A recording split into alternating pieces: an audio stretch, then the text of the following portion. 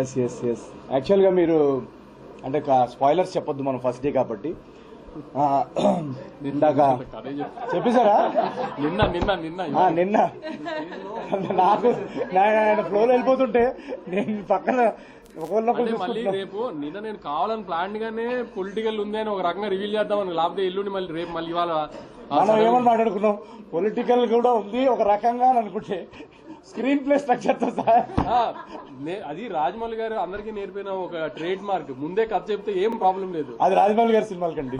ఏ సినిమాకి అది రాజమౌళి గారి సినిమా కాదు, ఏదైనా సినిమా అది అంతే. మనం థ్రిల్లర్ సినిమా చూసి ట్విస్టులు ఉన్నాయి ఇంకా లక్కీ భాస్కర్ ట్విస్ట్ ఆ ట్విస్టులు చెప్పలేం కానీ కామెడీ సినిమాకి ట్విస్టులే ఉంటాయి. దానికి ప్రిపేర్ చేస్తే బెటర్ కదా ఆడియన్స్, అదే సేఫ్ మైండ్. లేదు యాక్చువల్ గా ఎందుకంటే అక్కడ సినిమా కొంచెం డైవర్ట్ అవుతుంది, అక్కడ కొత్త జానర్ లోకి ఎంటర్ అవుతుంది. సో ఎప్పుడన్నా అలా కొంచెం కొత్త జానర్లోకి ఎంటర్ అయినప్పుడు మాకు కాన్ఫిడెన్స్ ఉంటుంది, బట్ స్టిల్ ఆ లాస్ట్ మూమెంట్ చూసేదాకా చెప్పలేము. మీరు చెప్పండి పొలిటికల్ యాంగిల్ ఎలా ఉంది? ఆ రీల్స్ అదంతా చాలా గట్టి పోయింది. అంటే బేసికలీ రైటింగ్ లెవెల్లోనే ఈ జనరేషన్కి ఏంటి, ఈ జనరేషన్ ఇప్పుడు ఏంటి, మీరు ఎక్కడికి వెళ్ళినా కూడా ఫస్ట్ థింగ్ కామన్ 24 hours లో ఒక 6 to 8 hours రీల్స్లో ఉంటారు. సో ఆ రీల్స్ అనే ట్రాక్ ఐడియా అక్కడి నుంచి వచ్చిందనమాట. సో 24 hours లో మనం 8 hours ఆల్మోస్ట్ రీల్స్లో ఉన్నప్పుడు అలాంటి ఒక సబ్ ప్లాట్ సినిమాలో ఉంటే బాగుంటుందని చెప్పేసి అక్కడి నుంచి ఐడియా వచ్చింది. బట్ ఇందాక మీరు అడిగిన క్వశ్చన్కి నేను నవ్విస్తాను, మా సినిమాల్లో ఎంటర్టైన్మెంట్ ఉంటుందని ఎక్స్పెక్టేషన్ ఆడియన్స్కి ఉంటుంది.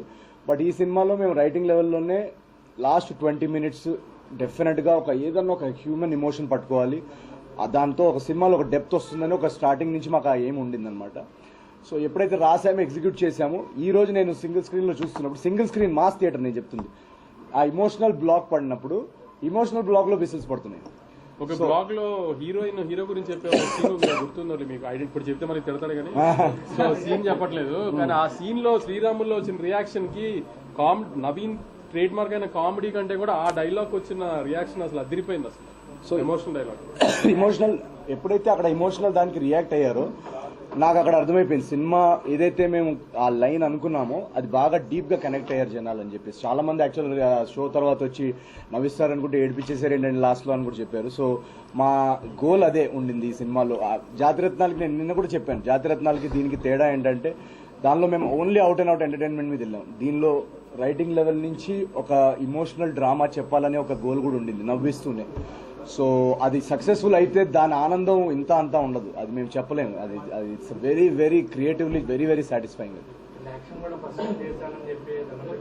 ప్రశాంతంగా ఉన్నోడిని ప్రశాంత్ రీల్ జోన్లోకి తీసుకొచ్చేసారండి. లేదు అది ఆ యాక్షన్ బ్లాక్ కి ఎప్పుడైతే నేను మా రైటర్ చిన్మయ్ మా డైరెక్టర్ మేము అందరం ఒకరినొకరు చూసుకుంటున్నాం అనమాట. ఎందుకంటే ఫస్ట్ టైం యాక్షన్ బ్లాక్ కదా, సో ఎలా రియాక్ట్ అవుతారు అనేది ఒకటి చూస్తే కానీ చెప్పలేము. మాకు తీసినప్పుడు డెఫినెట్ గా మాకు అందరికి బాగా అనిపించింది. బట్ ఎప్పుడైతే ఆ బ్లాక్ వచ్చిందో, అది మళ్ళీ స్పాయిలర్స్ లేకుండా, ఆ బ్లాక్ వచ్చినప్పుడు కూడా మొత్తం థియేటర్ అంతా బాగా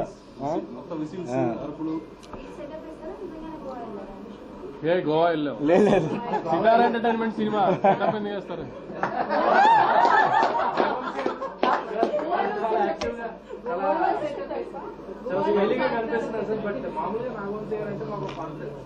ప్రీవియస్ సినిమాలు మీరు ఎప్పుడు కూడా ప్రమోషన్స్ కానీ సినిమా ముందు కానీ చాలా స్ట్రాంగ్ గా ఉంటారు. అంటే మీరు ఏంటంటే ఈ సినిమా ప్రమోషన్స్ ఎక్కడ కూడా మీ దగ్గర అంటే 2 సినిమాలు ఎక్స్పెక్ట్ చేసిన రిజల్ట్ రాని తర్వాత 3వ సినిమా కదా. నేను ఈ సినిమాకి రిజల్ట్ రాక ముందు నోటు కొట్టినట్టు వాగితే మళ్ళీ మీరు నన్ను ఫుట్బాల్ ఆడడానికి ఛాన్స్ ఇచ్చినట్టు కదా. అదేదో రిజల్ట్ వచ్చిన తర్వాత మాట్లాడితే బాగుంటుంది కదా. ప్రతి సినిమా గోవా లేకపోతున్నారు. ఈ మధ్య Goa idea Mad Square Goa. Yes yes yes అయితే నిజమే. నాకు ఈ 2-3 సెంటిమెంట్లు అయితే గోవా సెంటిమెంట్ వర్కౌట్ అయింది, యువరాజ్ సెంటిమెంట్ వర్కౌట్ అయింది, మీనాక్షి సెంటిమెంట్ వర్కౌట్ అయింది. నాకు అన్ని వర్కౌట్ అయినాయి. యువరాజ్ నాది కూడా సెకండ్ బ్లాక్ బస్టర్. అది బిల్స్ పంపిస్తాను. హెలికాప్టర్ వాడాడు, రాజస్థాన్ వెళ్ళాడు. రాజస్థాన్ లో తీసాం బ్లాక్. అది యాక్చువల్లీ ఆ బ్లాక్ మీద ఫస్ట్ దుబాయ్ లో చేద్దాం అనుకున్నాం. తర్వాత మా ప్రొడక్షన్ వాళ్ళు అంత డిస్కషన్స్ అయ్యి చార్మినార్ ట్రై చేసాము, మొత్తానికి జైపూర్కి వెళ్ళాం.